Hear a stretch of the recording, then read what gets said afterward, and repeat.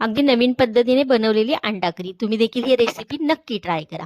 इथे कढई घेतलेली आहे, कढईमध्ये अर्धा पेला पाणी टाकलेलं आहे। या पाण्यामध्ये 2 कांदे कट करून टाकले, 1 टोमॅटो कट करून टाकलेले, अर्धी वाटी खोबरं आहे, काही खडे मसाले टाकलेले आहेत आणि 7-8 लसणाच्या पाकळ्या असतील आणि 1 इंच आलं आहे आणि खडे मसाले पाहू शकताय तुम्ही। मुठभर कोथिंबीर आहे, 7-8 पुदिन्याची पानं टाकलेले आहेत। छान असे हे पाण्यामध्ये शिजवून घेतलेले आहे 5-7 मिनिटं। यातलं पाणी आटेपर्यंत आपल्याला शिजवून घ्यायचं आहे।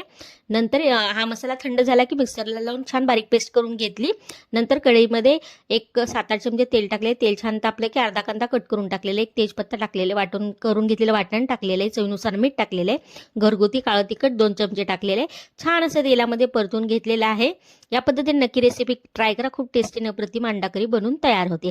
नंतर यामध्ये गरम करून पाणी टाकलेले, नंतर शिजवून घेतलेले अंडे टाकलेले, मस्त टेस्टी आणि झणझणीत अंडा करी बनवून तयार आहे। रेसिपी आवडली असेल तर चॅनलला नक्की सबस्क्राईब करा।